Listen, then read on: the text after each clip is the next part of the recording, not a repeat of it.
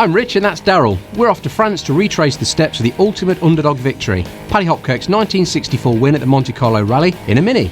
As tempting as it is to drag a classic Mini halfway across the continent, basically we're lazy. So we're easy jetting it down to Nice and collecting a car from Hertz. And as we all know, nothing handles like a rental. The 1964 Monte Carlo Rally bears little resemblance to the rally of today with the same name. Back in those days it was more of an endurance race with the starting points all over Europe. Oslo, Glasgow, Minsk, Lisbon, Athens, Paris. I can't remember. But anyway, it's about 3,000 miles in all, wasn't it? And they drove down on the common route from Reims, but the average speed over that 3,000 miles was only about 30 miles an hour. I mean, back then it was reliability. Reliability was absolutely key. And the start line itself is down where the F1 circuit is in Monaco today. In '64 though, Hopkirk started in Minsk behind the Iron Curtain, purely because he had never been behind the Iron Curtain before.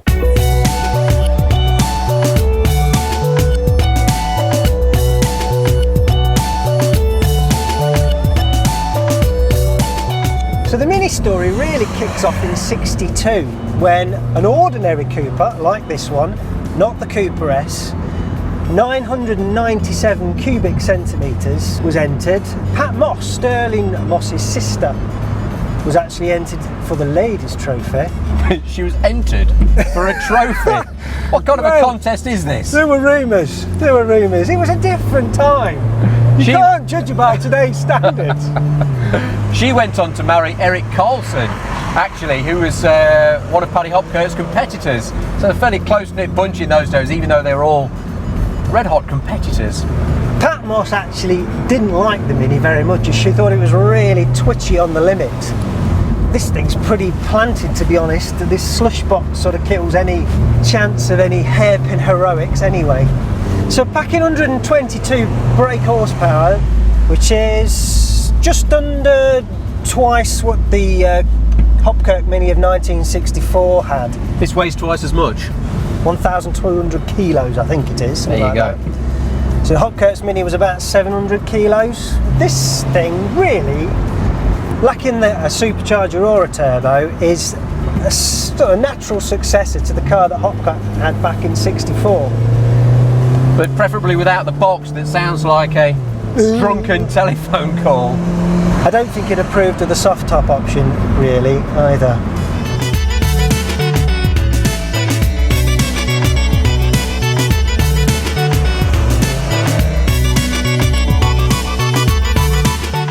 It's important to put the Mini into context against its competition.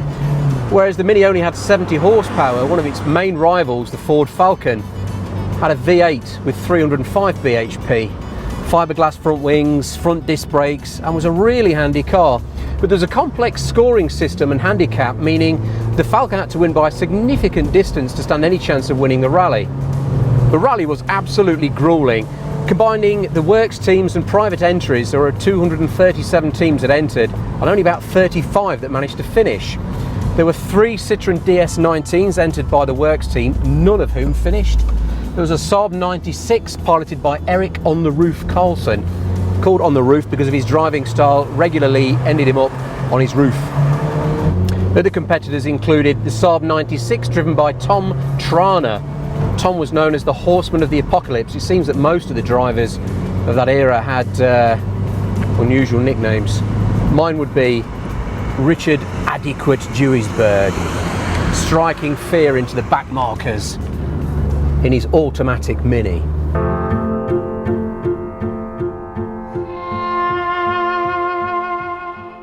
After a lovely afternoon's hooning in the mountains, we finally arrive at Softspell, the starting point of one of the most arduous rally stages.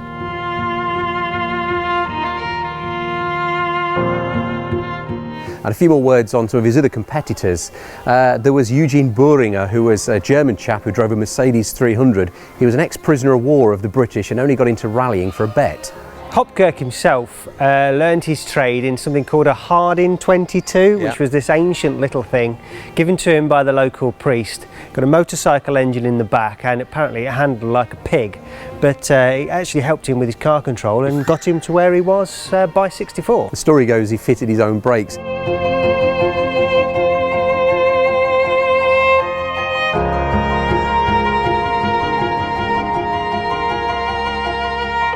The Monte Carlo's full of heroic stories. Probably one of the best is Bosse Lundberg in the Ford Falcon, who had a blowout at 100 miles an hour.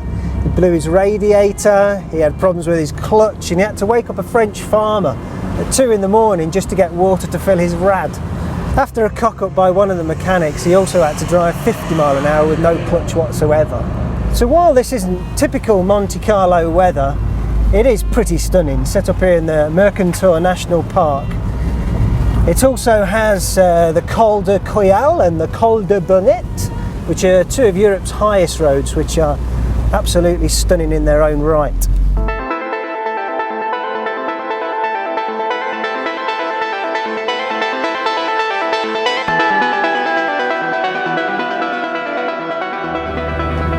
So of the 3,000 miles covered on the rally, there was a number of special stages towards the end, and the penultimate one was a Col de Torini, known as the Night of the Long Knives due to the way that the headlights cut through the dark. It was pretty hairy too. Spectators have been known to throw snow onto the road to liven up what is already a fairly lively piece of road.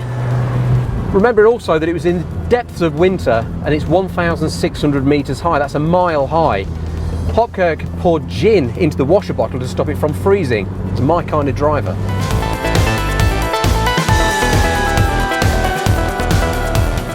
There are a number of speed runs as well, obviously not the Mini's strong point. The Ford Falcon was absolutely mighty and set fastest speeds in 6 consecutive sections that were only bettered 20 years later by the almighty Audi Quattro.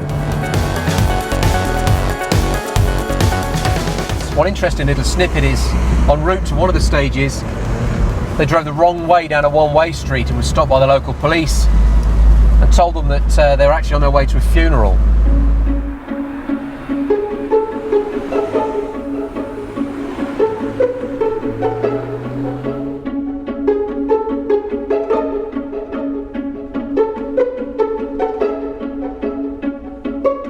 And so from the mountains down to the millionaire's playground of Monaco, where the final special stage took place. Y'a pas de plan que je puisse monter pour sauver ce qui nous reste. Pas de pont à dynamiter pour tenir loin de Brest. Confiance et foi baisse, j'aime mes faiblesses. Acte manqué, là-dessus je stresse quand les faiblesses infaillibles. L'adrénaline bouscule le mot, mange en caisse. Bascule du côté classe triple, le rideau se baisse. L'envers du décor, dans l'œil j'arbore la panique. Aventure tétanique, palpitation sous la cage thoracique. Welcome to a hot lap, or a tepid lap, of the Monaco Grand Prix circuit. As you can see, of course, we don't have the circuit to ourselves today.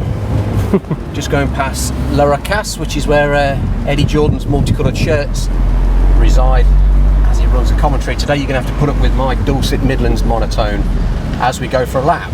So back in the 60s, this was also one of the stages, and they would often start here and finish here. I'm going to do this bus down the straight.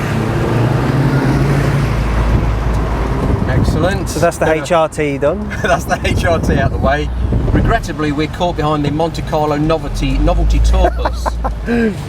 Yeah. Driven by Narain Karthikeyan. So you don't quite appreciate the elevation on here, do you? No. Watching it on telly. It is pretty steep.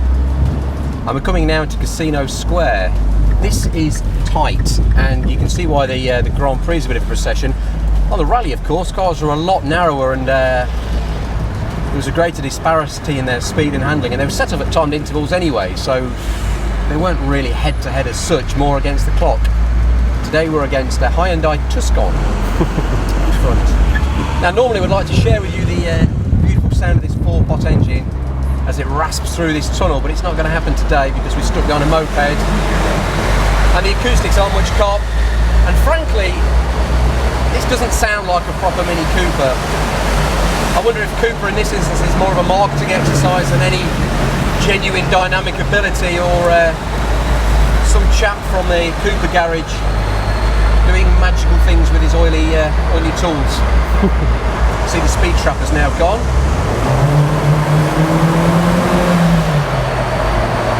Up to a heady 70 kilometres an hour there.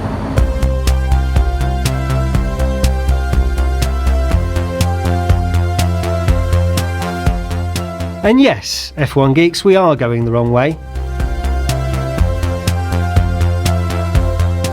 So against all the odds, Hopkirk and Liddon actually took the title, despite not winning any of the last 6 stages, beating far more powerful vehicles, winning on technicalities really, winning on a point system. Points. It was a points win thanks to the handicap. He beat Bosse Ljungberg's Ford Falcon. He beat Tom, horseman of the Apocalypse Trana, his Saab, and the rest of the crowd. So we thought it'd be quite nice to recreate the famous Hopkirk-Liddon prize giving ceremony outside the Royal Palace. However, yeah, when we got there today, a policeman with a gun asked for our passports and made us leave. So we're here instead in this nice side street in Softspell, which is a bit more like Luton than Monaco. but there's one very important thing. Nothing handles like a rental.